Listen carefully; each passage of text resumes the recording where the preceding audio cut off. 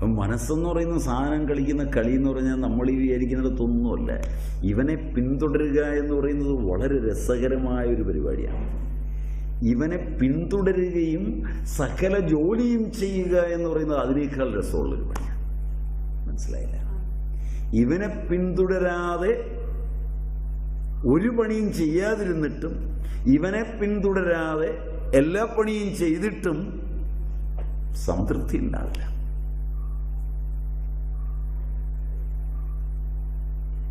കയ്യിലുള്ള ഒരു പണിയും വിടരുത്.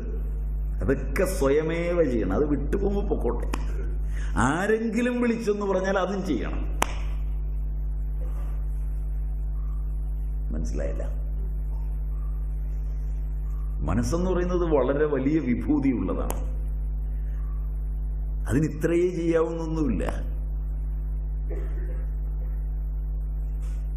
മനസ്സിന്റെ ഏറ്റവും വലിയ വിഭൂതി ഇന്ദ്രിയങ്ങളെയും കർമ്മേന്ദ്രിയങ്ങളെയും ജ്ഞാനേന്ദ്രിയങ്ങളെയും എല്ലാം വിപുലമായ ലോകത്തേക്ക് എറിഞ്ഞ് കഴിയുമ്പോൾ വിശ്രമിക്കുന്നു എന്നുള്ളതാണ്.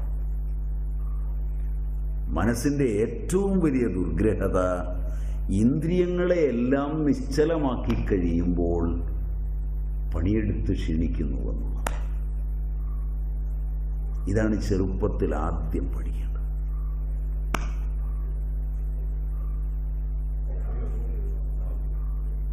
നിങ്ങളുടെ സർവേന്ദ്രിയങ്ങളെയും സർവകോശങ്ങളെയും അനുസ്യൂതമായി കർമ്മരംഗത്തേക്ക് വലിച്ചെറിയുമ്പോൾ മാത്രമാണ് നിങ്ങളുടെ മനസ്സ് വിശ്രമിക്കുന്നത്.